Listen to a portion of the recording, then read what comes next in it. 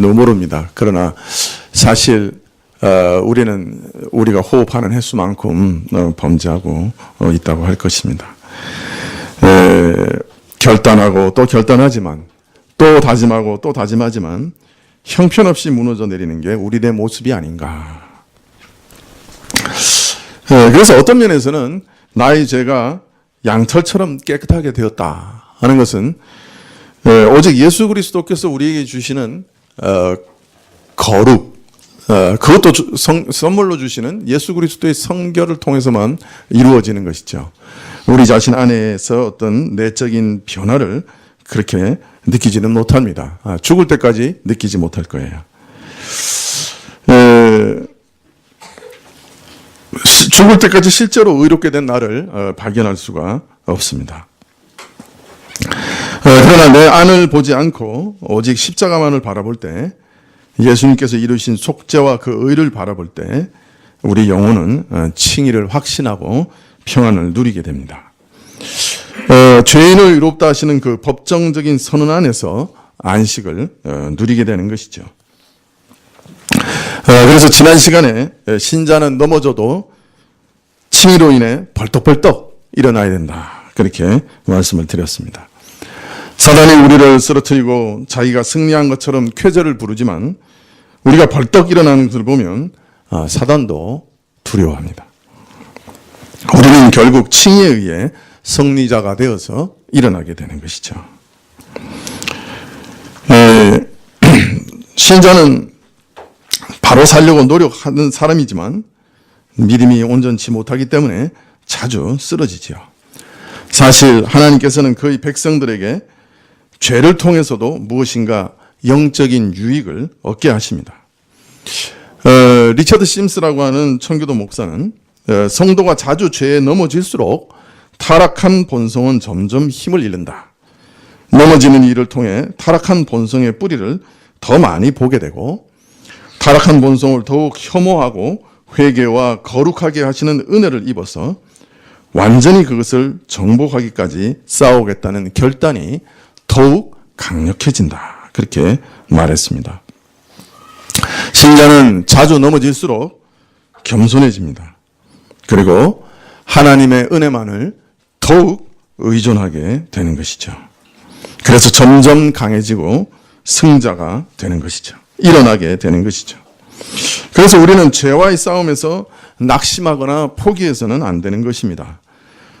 자꾸 우리가 지치게 되는 것이, 죄 짓고 또 회개하고 또 죄 짓고 또 그렇게 회개하니까 고뇌하게 되고 자꾸 이런 악순환을 계속하니까 낙심하게 되죠. 죄를 지으면 다시는 죄를 짓지 않겠다고 결단하지만 또 짓지요. 그러면 정말 답답하고 또 자존심 상하죠. 내 모습이 이 정도밖에 안 되나. 그러나 이렇게 생각하는 것은 아직 우리 교만한 자존심이 거기 도사리고 있는 것입니다. 지난 시간에도 말씀드렸지만 우리 자신이 아직까지 자신을 과대평가하고 있는 거예요. 사실은 내가 그 정도밖에 안 되는 거예요. 그것을 잘 모르는 것이죠. 몰랐던 것이죠. 우리가 얼마나 마음속 깊이 죄를 사랑하고 있는지 우리가 잘 몰랐던 것이죠. 우리가 이렇게 넘어지면서 우리는 우리 자신의 실체를 더 확실히 깨닫게 됩니다. 그러나 우리가 아무리 넘어져도 다시 일어날 수 있는 것은 이런 과정을 통해서 오히려 우리가 더 겸손해지고 우리 자신 안에 있는 죄성을 더 깊이 발견하게 됩니다. 또 칭의를 의지해서 벌떡벌떡 일어나게 되는 것이죠.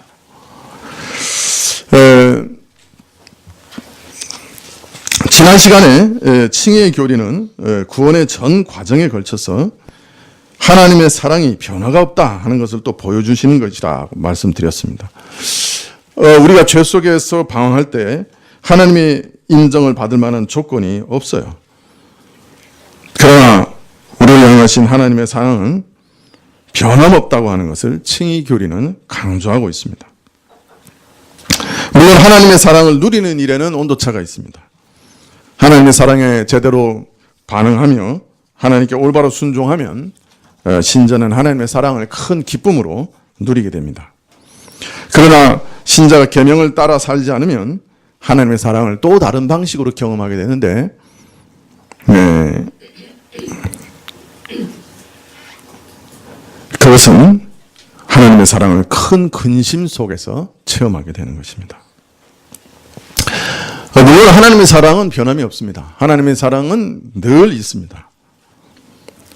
그러나 그 사랑이 성령의 탄식으로 나타납니다. 우리 안에서. 그래서 근심하기 때문에 하나님의 사랑을 큰 근심 속에서 체험하게 되는 거예요. 그래서 사랑 가운데서 사랑으로 충만하게 체험하는 방식이 있고, 죄를 지음으로 인해서 그 사랑을 근심으로 체험하게 되는 그런 일들이 있는 것입니다. 물론 이런 칭의의 교리, 하나님의 사랑이 우리의 행위로 인해서 변하지 않는다 하는 이런 사실, 이런 것들을 깨달은 이후에 신자는 연약하고 부패하기 때문에, 아직도 그 부패성이 남아있기 때문에 이 불변하시는 하나님의 사랑을 이용하고 오용할 위험성이 항상 그 가운데 도사리고 있습니다. 자, 그러면 만일 신자들이 하나님이 이렇게 사랑이 불변하다 하는 것을 깨달은 다음에 이 사랑을 오용해서 오히려 죄를 짓는데 기회로 사용하고 또 고질적으로 계속해서 어떤 죄들을 범죄하며 살아간다고 하면 그에게는 어떤 일이 일어날까요? 네. 죄 용서를 받은 신자들이 심각한 죄를 지으면 어떻게 될까요? 그러면서도 회개하지 않는다 하면 어떻게 될까요? 사실 이런 신자의 죄는 영적 자살에 가깝습니다.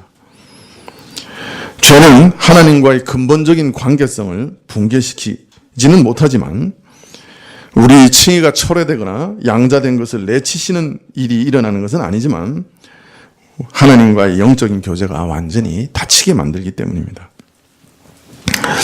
하나님과의 관계를 잠정적이지만은 완전히 단절되게 만듭니다. 우리에게 주어진 모든 영적 은혜와 특권이 중지됩니다. 네. 차는 있어도 운전면허가 정지되면 어떻게 됩니까? 하나님의 은혜가 늘 있지만 은혜를 누리는 것이 정지됩니다. 은혜 정지 처분이 내려지는 거죠. 네. 그러므로 죄는 은혜의 가장 큰 적입니다. 우리가 범죄했으면 바로 회개해야 될 것이고 칭의의 은혜를 다시 바라보아야 할 것입니다. 하나님과 올바른 관계로 돌아가야 되는 것이에요. 이런 징계 처분이 내려졌는데도 계속해서 죄를 고집하면 은혜가 바싹 말라가죠. 그리고 양심이 둔감해져 갑니다. 이럴 때 하나님께서 또 사용하시는 카드가 있습니다. 그게 뭐냐면 징계죠. 죄 속에서 계속 살면 징계가 있습니다.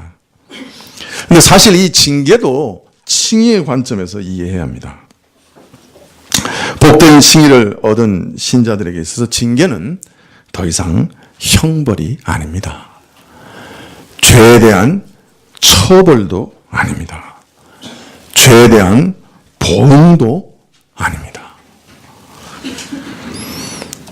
예수님이 우리를 대신해서 하나님의 진노와 저주의 처벌을 받으셨기 때문에 우리에게 주어지는 징계의 채찍은 더 이상 진노가 아닙니다. 오히려 하나님의 사랑의 손길인 것이죠. 하나님의 사랑이 듬뿍 담긴 우리를 교정하고 바로잡아 주시려고 하는 하나님의 사랑의 손길인 것이죠. 그래서 사실은 징계의 성격도 이 칭의 때문에 완전히 바뀐 거예요. 이 목적과 성격이 완전히 달라진 거예요. 칭의 이전에서는 우리가 당하는 모든 고난은, 징계는 진노의 대상에게 쏟아부으시는 하나님의 형벌이었어요. 그런데 이제 칭의 이후에는 그 모든 징계는 성격이 달라져서 형벌이 아닌 거예요. 그것은 이제 하나님께서 우리를 연단하시는 사랑의 채찍질인 것이죠. 그래서 징계가 그 목적이 완전히 달라지고 고난이 그 목적이 완전히 달라지는 것도 칭의의 은택이라 그렇게 말할 수 있습니다. 물론 이런 징계를 당할 때 경험적으로는 하나님께서 정말 내게 화가 나셔서 나를 미워하시는 것처럼 느껴집니다. 네. 아주 곤혹스럽게 체험되는 것이죠. 그러나 아무리 뼈가 부러지는 아픔 가운데 징계를 받는다고 해도 신자는 그 가운데 하나님의 무한한 자비의 손길을 깨달아야만 합니다. 하나님의 깊은 사랑을 알아야 하는 것이죠. 나를 아들로 대우하시는구나. 너무나 사랑하셔서 나를 놓지 않으시고 세부적인 상황까지 간섭하시고 선하게 인도하시는구나 하는 것을 우리는 믿어야 합니다. 징계하시는 손길 배후에 우리를 향하신 하나님의 진노의 얼굴이 아닌 아주 밝게 웃으시는 기쁨을 이기지 못하시는 미소의 얼굴이 가려져 있다 하는 것을 꼭 기억하셔야 합니다. 물론 그것은 베일로 가려져 있죠. 그러나 하나님의 사랑은 변하지 않습니다. 우리를 향해서 기뻐하시는 그 기쁨은 사실 변하지 않습니다. 그러나 하나님께서는 하나님의 진노와 죄에 대한 미움을 깨닫게 하시기 위해서 또 하나님께서 우리를 책망하시는 것을 깨닫게 하시기 위해서 그 사랑의 얼굴을, 미소의 얼굴을 베일로 잠시 가리시는 것이죠.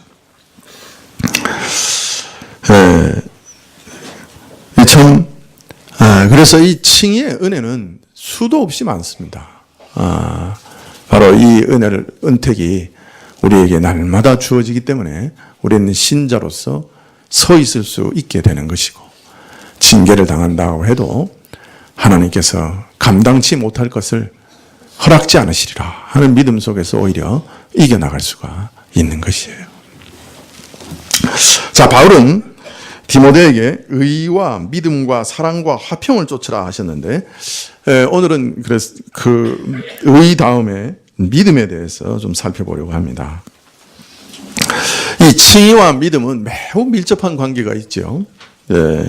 그래서 의에 대해서 말씀하신 다음에 바로 믿음을 쫓으라고 말씀하십니다. 사실 칭의뿐만 아니라 신자가 누리는 구원의 은혜 전체가 우리 행위에 근거하지 않고 오직 그리스도를 믿는 믿음에 근거합니다. 자, 그런데 이제 제일 중요한 것은 믿음이라고 하는 것이 도대체 뭐냐 하는 것이에요. 세상에서 믿음이라고 하는 말과 성경에서 사용하는 믿음이라는 말의 의미가 같은 것이냐?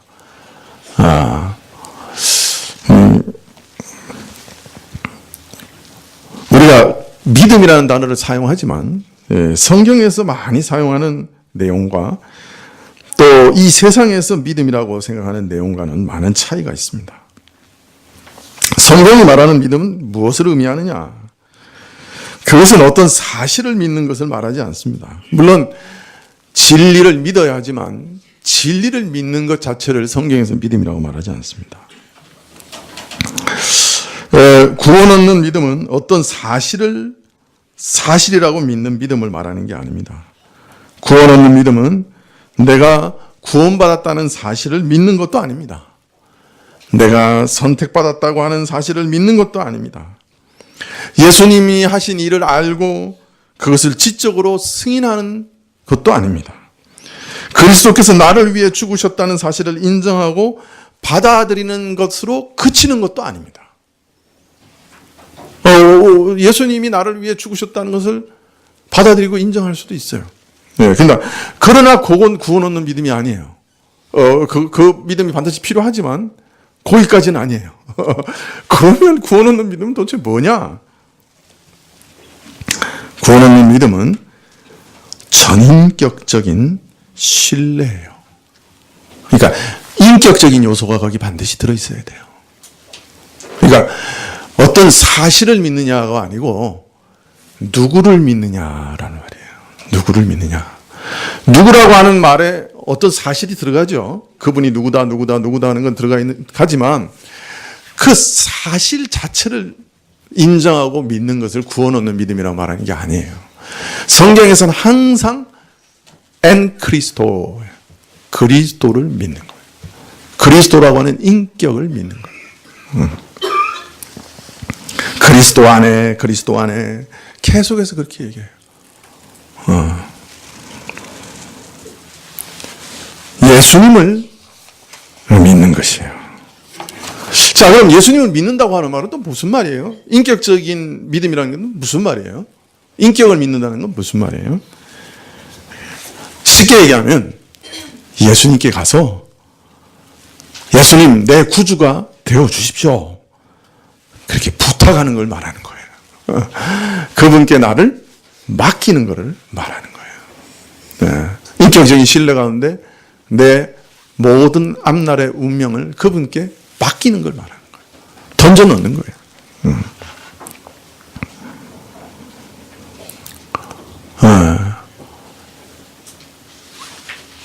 예수님이라고 하는 인격 앞에 나가서, 한 분 앞에 나가서 나 자신을, 내 영혼을, 내 모든 것을, 내 앞날을 그분께 맡기는 것. 그것을 성경에서는 구원 얻는 믿음이다. 그렇게 얘기하고 있습니다. 우리가 한 2주 전에 십자가에서 회개한 강도에 대한 얘기를 한번 살펴봤죠. 그가 얼마나 놀라운 방식으로, 얼마나 놀라운 순간에 아슬아슬하게 구원받았다 하는 사실을 봤는데, 거기서 그 믿음의 가장 놀라운 예를 봤어요. 아버지여, 저들을 용서하소서. 저들이 하는 일을 알지 못합니다 하는 피 끓는 예수님의 기도를 들은 강도는 자기 같은 인생도 예수님의 나라에서는 용서받을 소망이 있다는 것을 순간 깨달았어요. 그래서 이 강도는 갑자기 예수여, 당신의 나라에 임하실 때 나를 생각하소서라고 자기 영혼을 주님께 맡기게 됩니다. 근데 이 강도에게 예수님께서는 진실로 내게 이르노니 오늘 내가 나와 함께 낙원에 있으리라 약속해 주십니다. 어떤 의로움도 어떤 선행도 내어놓을 수 없었던 이 강도가 그러나 마지막에 자신을 예수님께 맡기게 된 거죠. 주의 인격에, 그의 은혜에 자신을 맡겼습니다. 믿음으로 주를 바라보았습니다. 그리고 그 순간 영원한 구원을 약속받았습니다. 구원을 얻었던 거예요.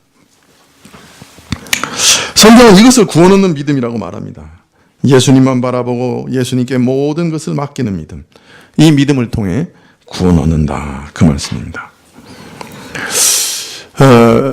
그러나 이 예수님이라는 분에게 인격적으로 자신을 맡길 때 예수님이 누구신가 바로 깨닫는 것은 매우 중요합니다. 어떤 예수를 믿느냐 하는 것 또한 매우 중요합니다. 그래서 사실을 믿는 게 아니라 그러니까 뭐 사실은 아무 상관없다. 그냥 예수라는 이름만 믿으면 된다. 그렇게 생각하면 또 오해입니다. 어떤 예수로 믿느냐 하는 게 굉장히 중요한 거죠. 그분을 인격적으로 영접하고 그분에게 자기를 맡기는 거예요. 이 강도가 한 말 중에 나를 기억하소서라는 말 굉장히 의미심장합니다. 예수님께 자기를 맡기는 거죠. 그런데 또 매우 의미심장한 말이 하나 있어요. 그건 뭐냐면 당신의 나라에 임하실 때 나를 기억하소서. 당신의 나라에 임하실 때라는 말이에요. 매우 짧은 말인데 그러나 엄청 의미심장한 말입니다. 당신의 나라에 임하실 때. 네. 자, 이 강도는 예수님을 누구라고 생각했어요? 어떤 나라의 왕? 주인?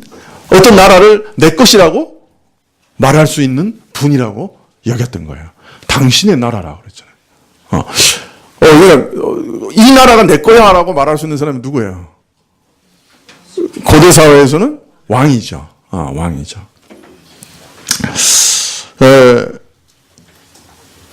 예수님은 어떤 나라의 왕이라. 당신의 나라라고 말할 수 있는 나라의 왕이에요. 어떤 나라냐? 하나님의 나라죠. 예수님은 하나님 나라의 왕입니다. 하나님이 건설하시고 하나님께서 세우시는 나라의 왕입니다. 강도가 이걸 어떻게 알았을까요?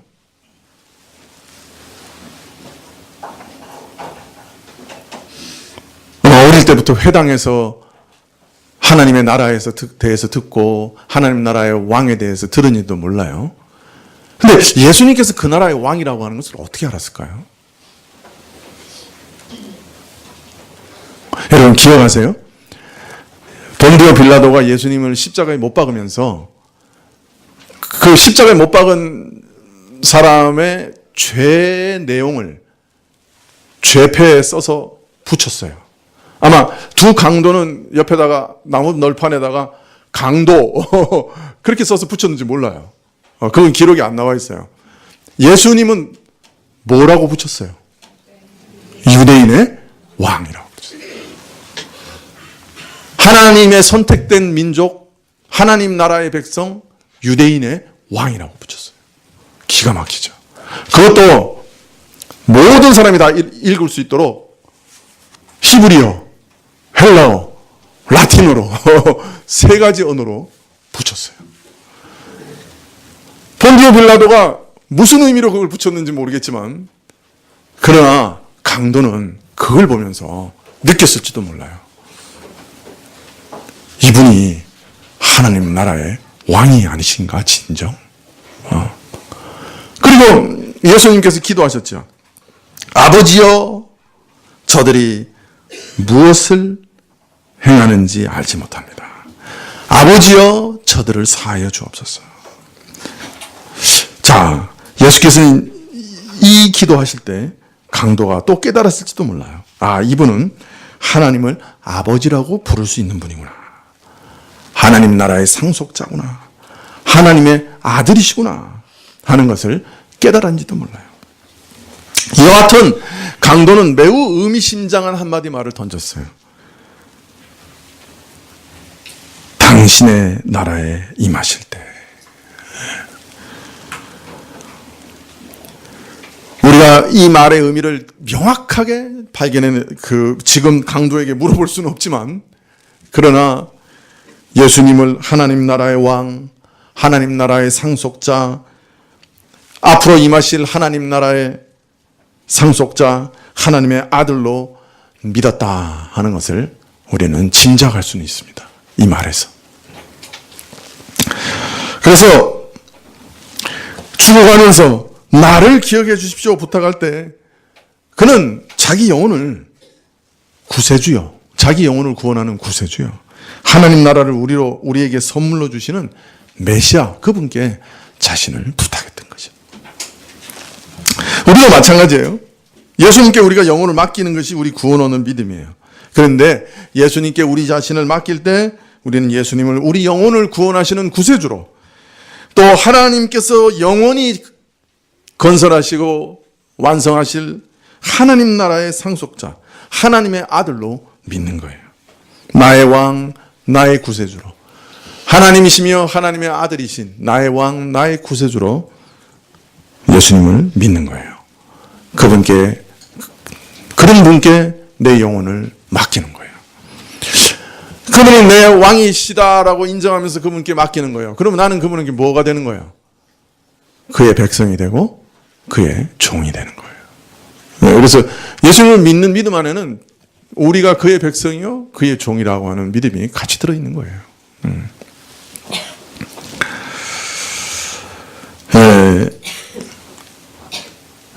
믿음은 항상 소극적인 부분과 적극적인 부분 두 가지 부분이 있어요. 지금까지 계속 설명하고 있는 것은 소극적인 부분이에요. 근데 이제 적극적인 부분은 다음 시간에 한번 말씀드리려고 그래요. 근데 이 소극적인 부분은 이 믿음을 가지고 예수님이 주시는 은혜를 이렇게 받는 거예요. 나를 그분에게 맡기는 거예요. 자, 그런데 우리가 이 믿음으로만 구원 얻는다 할 때 이 믿음을 오해해서는 안 돼요. 자꾸 우리는 믿는 것조차도 우리가 행하는 무슨 행위로 오해하는 사람들이 있어요. 사실 믿는다고 하는 것은 정반대예요. 뭐 영접하라, 맡기라, 부탁하라, 의지하라, 바라보라, 막 그러니까 믿음도 뭔가를 행해야 되는 거, 뭘 행하는 걸로 자꾸 생각하는 거예요. 그러나 정반대예요. 믿음은 우리가 행해야 할 어떤 일이 아니고 사실은 믿음은 우리 자신의 일을 멈추는 거예요. 믿음은 심지어 회개를 포함해서 내가 할 수 있는 어떤 것도 하나님이 받으실 만한 것이 아니요. 내 유일한 소망은 예수님밖에 없으며 예수님께서 하신 일에 달려있다 하는 것을 깨닫는 거예요. 어떤 분들은 회개하고 예수님을 믿으라고 하니까 회개를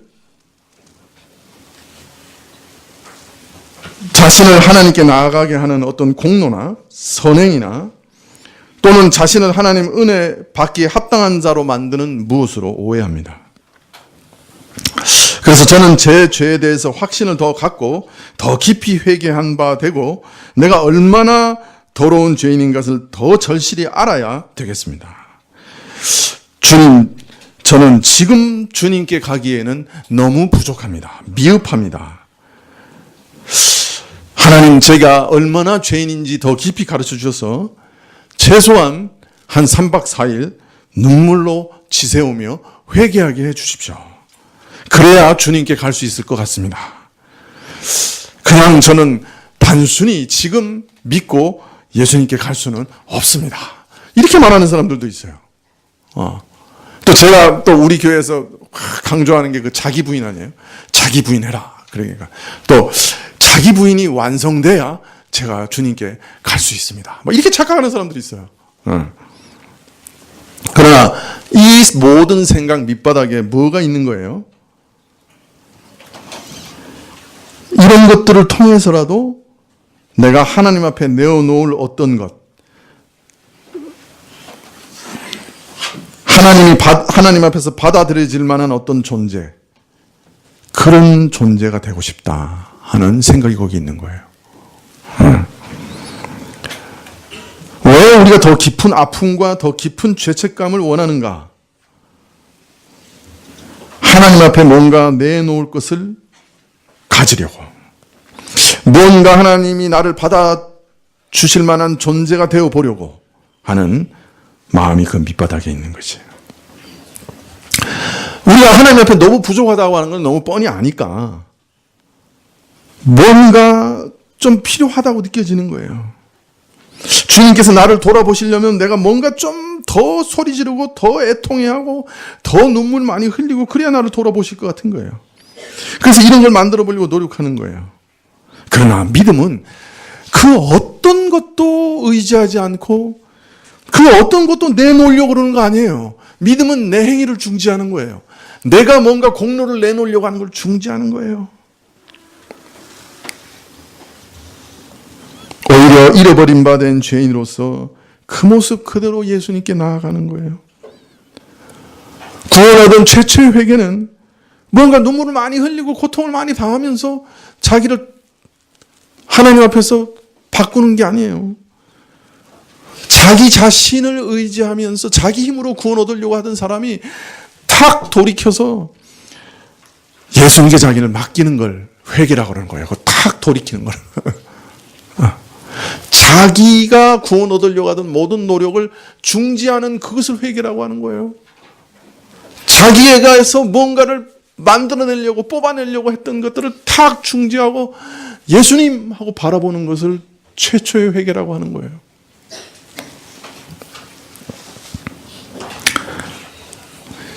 이 강도는 눈물 짜고 회개할 시간도 없었어요. 바로 죽었어. 이 강도는 막 좀 전까지 예수님에 대해서 네가 하나님의 아들이거든, 한번 우리도 십자가에서 구원해봐라 그러면서 막 악을 쓰다가 갑자기 탁 돌이켰어요. 회개했어요.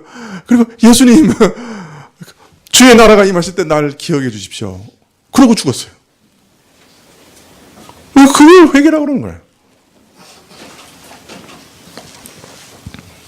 하나님은 이런 믿음을 보시고 우리를 의롭다고 하시는 겁니다. 칭의를 주십니다.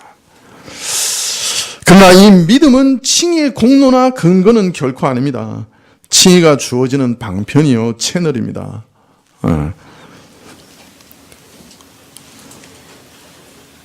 그래서 칼빈과 종교개혁자들은 믿음을 그릇이라고 했습니다. 구원의 은혜를 주실 때 믿음이라는 그릇에 담아주시는 거죠. 이런 믿음은 방편이고 수단이기 때문에 의롭다함을 얻기 위해서는 믿음이 있어야 합니다. 그 그릇이 있어야지 은혜를 받아요. 그래서 형식상 믿음이 구원의 조건이라고 말할 수 있습니다. 구원의 조건은 믿음이다. 이렇게 말할 수 있어요. 그러나 공로적 의미는 아닙니다. 믿음이란 하나님의 선물을 받으려고 내미는 손입니다. 그릇입니다. 그릇이 비어 있어야지 받죠. 믿음이 자신의 공로를 붙잡으면 예수님을 붙잡을 수 없습니다. 무슨 말인지 이해되시죠?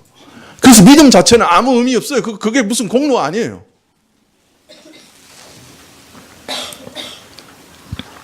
믿음이 믿음 자체의 공로를 붙잡으면 하나님의 은혜를 받을 수가 없어요. 하나님은 무한한 가치의 독생자를 선물로 주시는데 믿음이 자기 자신을 붙잡고 있으면 안 됩니다. 믿음 자체는 아무런 공로도 가치도 없어요. 믿음이 그리스도를 바라볼 때 가치가 있는 거예요. 그러므로 믿음은 공로적 행위가 아닙니다.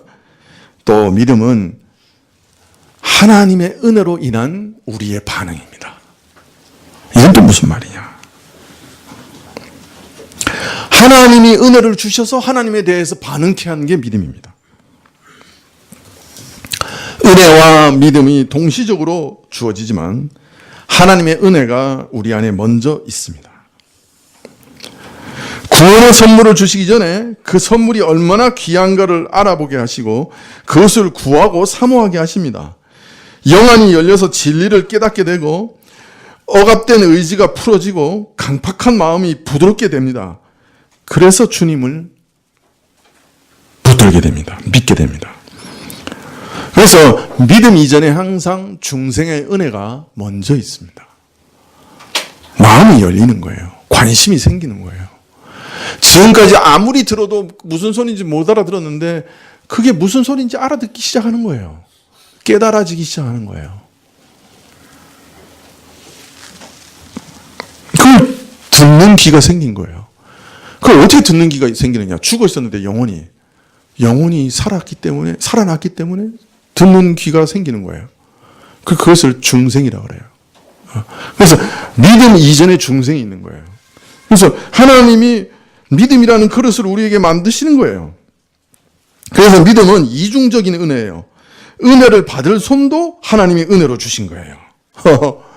그래서 이 믿음도 하나님이 주시는 선물이에요. 에베소서 2장 8절에 너희가 그 은혜를 인하여 믿음으로 말미암아 구원을 얻었나니 이것이 너희에게 난 것이 아니요 하나님의 선물이라.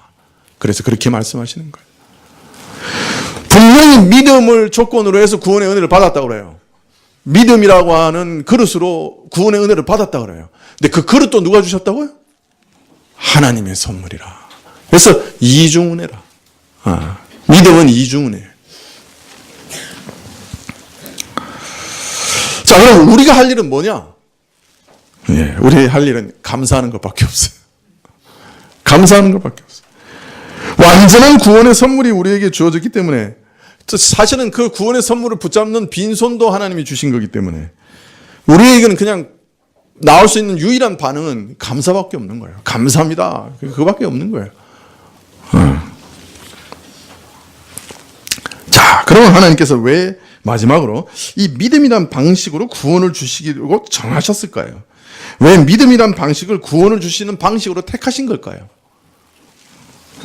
그것은 첫째, 믿음은 자아의 죽음을 뜻하기 때문입니다. 우리 아상의 죽음을 뜻하기 때문입니다. 인간 죄성의 가장 밑바닥에 있는 본질은 자기 자신을 의지하는 겁니다. 자기 의를 의지하는 겁니다. 인간 죄성의 본질은 자기 의를 내세우는 영적인 교만에 있습니다. 구원에 있어서 가장 큰 문제는 하나님께서는 죄인을 구원하러 오셨는데 우리는 거기 앉아 있지 않고 죄인의 자리에 앉아 있지 않고 의인의 자리에 항상 앉아 있다는 것입니다. 그래서 서로 길이 엇갈립니다. 하나님은 죄인을 찾으러 오셨는데 우리는 의인이요. 그런데 믿음은 이 영적인 교만이 죽는 것입니다. 자기 의를 내세워서 자기 선행을 내세워서 하나님 앞에 나아가려고 하는 쉼없는 노력에 종지부를 찍는 겁니다. 자기 선행을 통해서 자기 행위를 통해서 구원 얻으려고 하는 모든 노력에 종지부를 찍는 겁니다. 그게 믿음이에요. 내가 포기합니다. 내 스스로의 노력으로 나를 구원하려고 하는 모든 시도를 포기합니다. 오직 믿음으로 하나님의 은혜만을 붙듭니다. 교만한 자아가 죽음에 이릅니다. 이것은 성령의 중생한 은혜만으로 가능한 거예요. 사실 이 믿음은 주여 내가 모든 구원 얻으려고 하는 노력을 포기합니다. 예수님이 나를 위해 2000년 전에 이루신 그 일만 바라봅니다. 다른 것 일체 바라보지 않습니다. 이걸 자기 부인이라고 그러는 거예요. 첫 번째 자기 부인이에요. 구원은. 근데 믿음은 바로 이 죽음을 동반하는 거예요. 그래서 참 믿음의 가장 중요한 첫 번째 특징이 뭐냐? 자랑하지 않아요. 자랑할 게 없는데? 그래서 내가 정말 참 믿음 가진 사람이냐 하는 것 첫 번째 증거는 자랑하지 않는다. 우리가 칭의 자체는 내가 경험하지 못한다 그랬잖아요. 그러나 칭의를 받은 사람, 그 칭의를 얻는 믿음을 가진 사람이 가지는 부수적인 반응이 있단 말이에요. 그걸 보면 내가 믿음이 바르냐 안 바르냐 대강 짐작할 수 있단 말이에요. 첫 번째 게 뭐냐면 참 믿음 가진 사람은 자랑하지 않아요. 자랑할 게 없어요. 구원뿐만 아니라 그 이후에 모든 것도 은혜로 받은 걸 알기 때문에 입에서 자랑을 할 게 없어요. 자랑할까 봐 겁을 내요. 자기가 뭔가 자랑하고 있으면 입을 막는다고 자기가. 왜 믿음이라는 방식을 선택하셨느냐? 두 번째, 믿음은 하나님을 하나님 되게 하는 것입니다. 아담이 타락한 이후에 죄의 가장 근본적인 본질 중에 하나가 뭐냐면 자신이 하나님 자리에 오르는 거예요. 마귀가 뭐라 그랬어요? 너 저거 먹으면 하나님같이 된다 그랬다. 인간의 가장 무서운 죄의 본질은 자신이 하나님 자리에 올라앉는 거예요. 하나님처럼 되고자 하는 이 교만한 마음을 믿음은 무너뜨려요. 믿음은 하나님을 하나님 자리에, 인간을 인간 본연의 자리에 두게 합니다. 주여, 모든 의로움과 모든 선하심과 모든 거룩하심은 주님께만 있습니다. 주여, 이제 그걸 제게 선물로 주십시오. 이런 차원에서 믿음이 하나님을 가장 기쁘시게 해드린다, 그렇게 말합니다. 왜? 하나님을 하나님으로 가장 인정하는 게 믿음이에요. 모든 좋은 것, 모든 선한 것, 모든 의로운 것, 모든 거룩한 것 다 주님께 있습니다. 나한테는 없습니다. 주여 내게 주소서. 이게 믿음이에요. 하나님을 가장 하나님답게 높여드리는 거예요. 그래서 믿음이 없이는 하나님을 기쁘시게 못한다고 한 말이 그 말이에요. 믿음은 하나님을 가장 하나님답게 인정하는 거예요. 셋째, 믿음이란 창조시 의도되었던 참된 인간의 삶으로 돌아가는 관문이에요. 인간의 원래 삶은 하나님을 전적으로 의존하는 존재였어요. 하나님을 전적으로 신뢰하며 살아가는 존재였어요. 죄로 말미암아 그 의존감이, 절대 의존감이 파괴됐어요. 이제 하나님 앞에서 전적 의존으로 돌아가는 관문, 그 과정이 믿음이에요.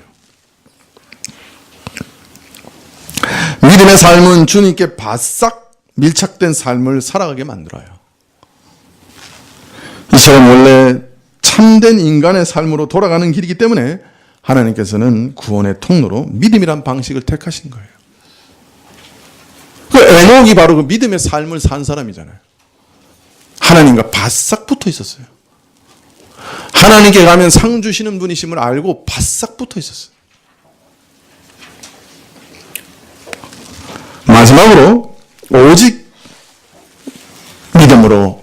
우리를 구원하셨느냐? 믿음만이 인격적인 사랑의 관계를 가능하게 하기 때문입니다. 모든 인간관계 속에서도 믿음이 가장 중요합니다. 하나님과 인간 사이에도 믿음이 중요합니다. 믿음을 통해서만 인격적인 사랑의 관계가 가능합니다. 애들은 부모가 자기가 원하는 것 뭐든지 해줄 수 있다고 하는 믿음이 있습니다. 부모들은 그게 언제 깨질까 조마조마하죠. 근데 하나님은 조마조마 안 하십니다. 하나님은 그 믿음에 응답하실 수 있는 분입니다. 아이들이 부모를 전적으로 의지하는 그 믿음 속에서 사실은 사랑의 인격적인 관계가 형성됩니다. 그게 가능합니다. 아이들은 부모를 사랑하고 부모에게 매달리고 부모를 의지하고 부모와 함께 걸어갑니다. 자신이 사랑받고 있다고 하는 것을 깨닫게 되고 자신도 사랑합니다.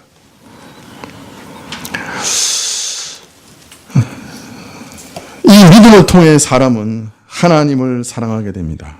이 믿음을 통해 하나님께 자신의 모든 것을 아뢰게 되고 하나님을 의뢰하고 의지하고 사랑합니다. 그리고 믿음 때문에 자신을 하나님 앞에 개방합니다. 성령이여 내게 임하소서. 이건 자신을 개방하는 겁니다. 하나님하고 나하고는 상관없어요. 하나님 혼자 살고 나 혼자 살고 따로 삽시다. 그게 독립선언하는 게 그게 원죄예요. 그죠? 근데 이제는 하나님 내 안에 오세요. 나는 하나님 안에 연합되고 하나님은 내 안에 오시고 이제 영원히 하나님 나하고 같이 사세요. 내 안에 들어오셔서 자유롭게 역사하세요. 성령께서 충만하게 임해 주십시오. 성령 충만을 구한다는 말이 그 말이에요, 여러분. 성령 충만을 구한다는 것은 성령께서 무슨 능력과 은사를 내게 딱 주셔서 내가 그 뭐 권총 아니면 대포 같은 걸로 막 다 쏴 죽이고 막 말 안 듣는 사람들 다 권세로 그냥 무너뜨리고 이거 말하는 거 아니에요. 성령 충만하다는 말은 나를 개방하는 거예요. 그래서 성령께서 내 안에 자유롭게 역사하시라는 거예요. 성령께서 들어오셔서 내 속에 있는 악한 생각들 다 무너뜨려 버리시고 내 안에 있는 죽음의 세력 다 망가뜨려 버리시고 내 안에 있는 육체의 세력 다 부러뜨려 버리시라는 게 성령 충만하게 해달라는 기도예요.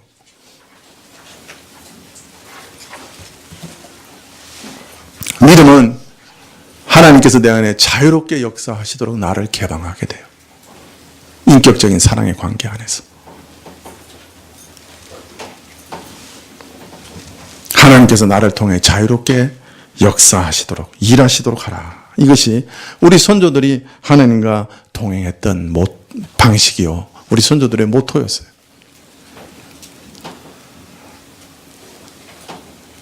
하나님이 나를 통해서 자유롭게 역사하시면 모든 일이 그렇게 쉬워요.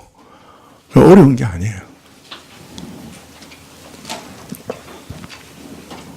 왜 믿음이라고 하는 방식을 선택했느냐? 첫째, 영적인 교만을 죽이시기 위해서. 두 번째, 하나님께서 하나님으로 대접받으시는 유일한 방식이기 때문에. 셋째, 절대적인 의존감을 돌려주시기 위해서. 넷째, 사랑의 영적 연합을 이루시기 위해서. 오직 믿음의 방식으로 우리를 구원하신 거예요. 오직 믿음. 그래서 종교개혁자들은 오직 믿음만이 주의 은혜를 얻어 누리는 통로다. 그렇게 믿었던 겁니다. 오늘은 믿음의 소극적인 부분에 대해서 살펴봤어요. 다음 주에는 믿음의 적극적인 부분에 대해서 살펴보도록 하겠습니다. 기도하시겠습니다.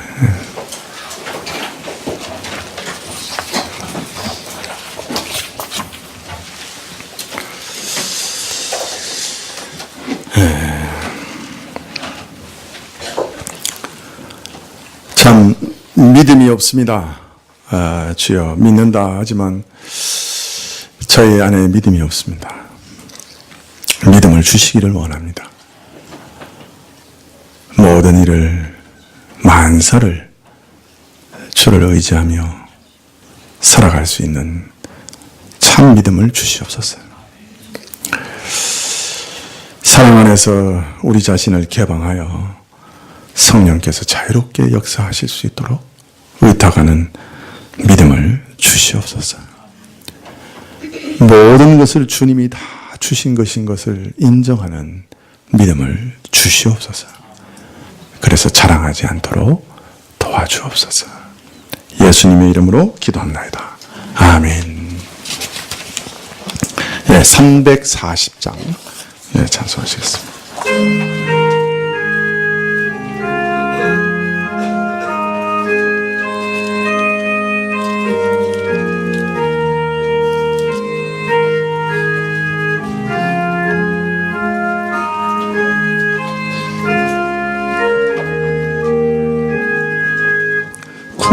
구주 예수 의지함이 심히 기쁜 일일세. 허락하심 받았으니 의심 아주 없도다.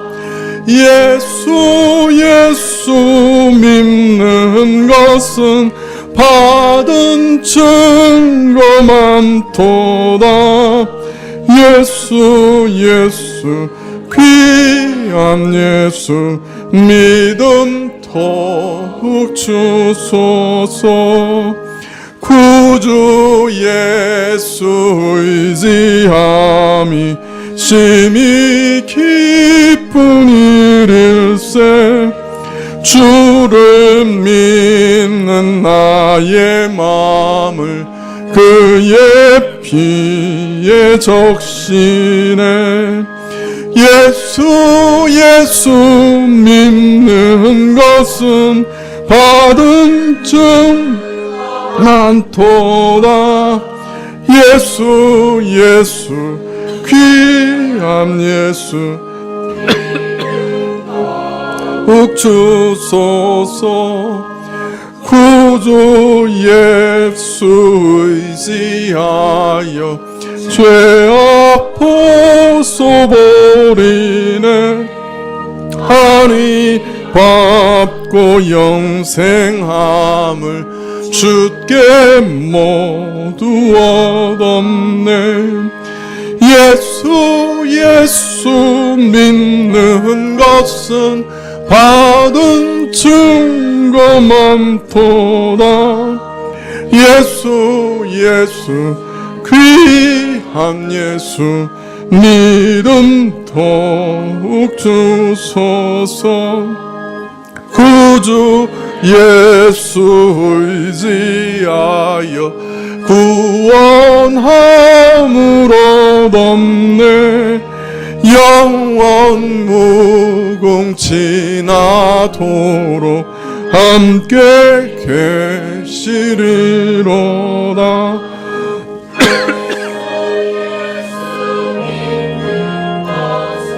받은 증거 많도다. 예수 귀한 예수 믿음 더욱 주소서. 아멘.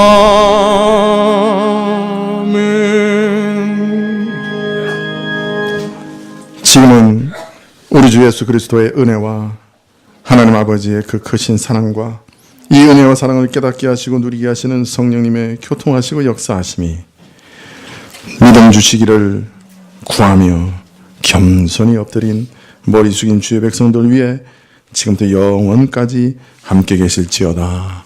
아멘.